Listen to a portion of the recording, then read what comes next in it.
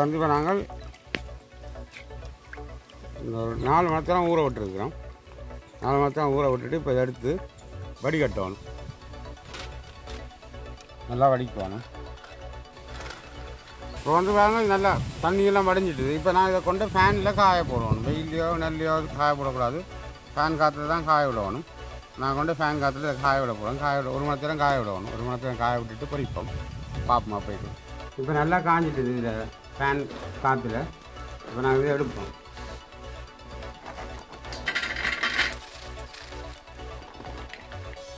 அதெல்லாம் பொரிக்கிறதுக்கு நாங்கள் முதல்ல எண்ணெய் விடுவோம்.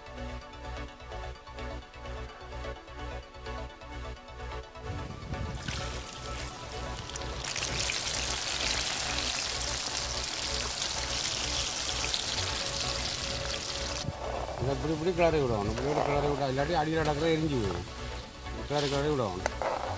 நாங்கள்லாம் இதெல்லாம் ஒரு காலத்தில் அப்படி பொறிச்சு அந்த மாதிரி சாப்பிடுவோம். இப்போ பொறிஞ்சு வந்துட்டு நாங்கள் ரக்குவோம்.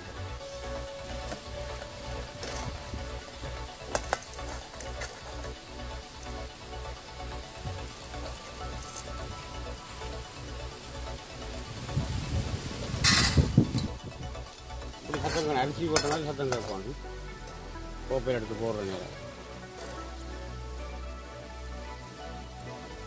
எண்ணெயை நல்லா வடிக்க வைக்கணும்.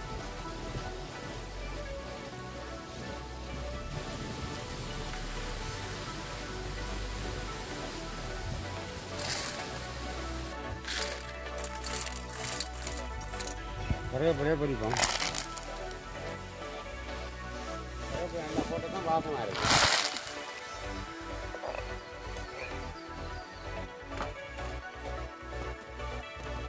கருவேப்பிலையை பொரிச்சு சும்மா வாசம் கமக்கா போட்டு 4 மணிக்கு தண்ணியோட சாப்பிட்டா கடல் அதையும் கொட்டுது.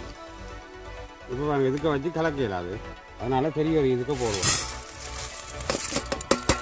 இப்போ இதுக்கு தேவையான உப்பு போடுவோம். உப்பு தூள் தான் போடணும். உப்பு பவுடர். இப்போ தனி மிளகாத்தூள் தான் போடணும். கறக்குத்தூள் கலந்தது போடக்கூடாது. தனி மிளகாத்தூள் மட்டும்தான் போடணும். அளவா போட்டு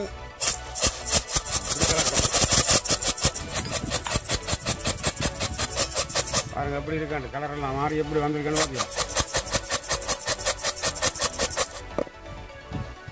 இப்போ இதில் 2 எடுத்து சாப்பிட்டு பார்க்கணும். உப்பு காணுமான்னு பார்க்கணும். சுகமாக இருக்குது. இப்போலாம் கணக்கு அந்த மாதிரி உப்பு எல்லாம் கணக்காக இருக்குது.